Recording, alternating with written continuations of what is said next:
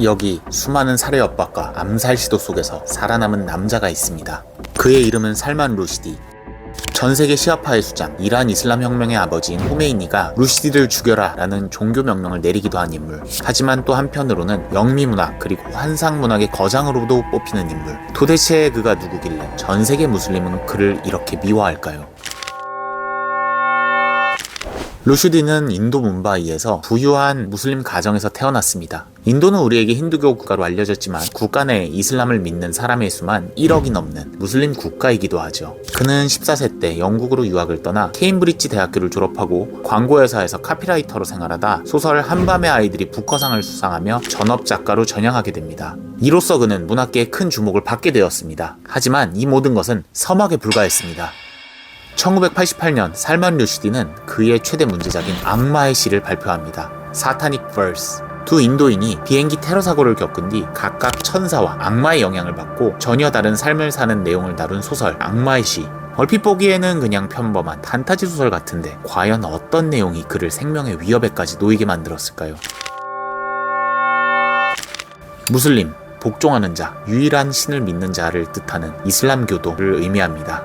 이슬람은 유일한 신인 알라를 믿고 그 가르침을 전하는 선지자 무함마드를 존경하죠. 하지만 살만 루시디의 악마의 시에는 선지자 무함마드를 모델로 한 주인공이 등장합니다. 그가 이슬람 경전 꾸란의 일부를 악마로부터 계시받아서 썼다고 표현한 구절이 있어서 이는 전세계 무슬림들의 반발을 사게 된 것입니다. 1988년 이 소설이 출간되자마자 영국의 무슬림 지도자들 사이에서 루슈디는 신성모독으로 비판받게 됐고 이후 영국 현지 무슬림을 시작으로 공개적인 시위가 벌어지게 됩니다. 그로부터 몇 개월 후 1989년 1월 파키스탄에서도 악마의 시에 대한 비판 시위가 확산됩니다. 마침내 같은 해 2월 14일 당시 이란 혁명 지도자 아야톨라 호메이니가 공개적으로 이 책을 비난하고 루슈디에 대한 파트와를 발표하면서 그를 처단할 사람에게 상금을 제시하며 현상금을 내겁니다. 파트와란 이슬람학자가 이슬람법에 대해 내놓는 의견을 의미합니다. 물론 종교적 의견에 불과하지만 동시에 정치와 종교가 분리되어 있지 않은 이란이나 사우디아라비아 등 몇몇 중동 국가에서는 이 파트와가 마치 법원의 결정이나 헌법재판소의 결정처럼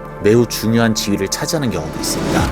영국도 가만히 있지는 않았습니다. 자국의 시민을 보호해야 할 의무가 있기 때문에 영국 정부는 루슈디의 신변을 보호하며 이란과 단교를 선언했고 그렇게 루슈디는 은둔 생활을 시작하게 됐습니다.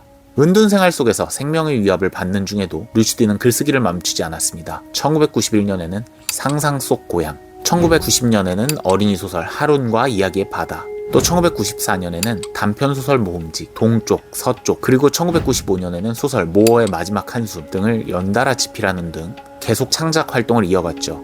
그렇게 10년이라는 긴 세월이 흐르고 호메이니 사후 영국과의 관계 개선을 추구한 카타미 이란 대통령이 사형 선고를 지지하지 않는다고 말하면서 루슈디는 공개 활동을 재개할 수 있게 되었습니다. 이후 그는 자서전 형식의 책 조셉 안톤을 통해 자신의 경험을 회고했고 이 책 제목은 사실 은둔 생활 중 채택한 자신의 필명이었습니다.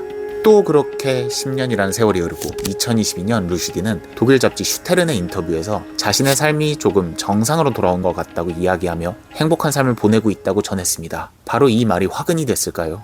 불과 2주 뒤 뉴욕에서 강연을 앞두고 루슈디는 무려 10번 이상 흉기에 찔리는 끔찍한 습격을 당하게 됩니다. 발의 신경이 절단되고 간이 손상된 그는 한쪽 눈도 잃을 위기에 처했죠. 그렇게 그는 한쪽 팔과 눈을 잃었지만 그럼에도 불구하고 기적적으로 살아남아 목숨을 부지하게 됐습니다.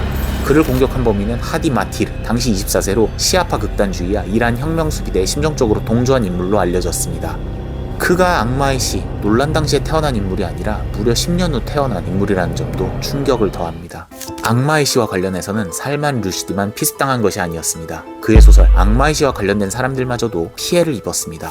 대표적인 인물이 악마의 시를 일본어판으로 옮긴 이가라시 히토시 번역가의 피살 사건이 있었습니다. 그는 1991년 7월 일본 도쿄 동북부 소재 스쿠바 대학교에서 강연을 마치고 연구실을 뜨던 중 칼에 찔려 사망했습니다. 경찰이 발견했을 당시 이가라시의 목, 얼굴, 손 부분에서 자상, 즉 칼에 찔린 상처가 발견됐으며 그의 가방 또한 찢겨 있었다고 합니다.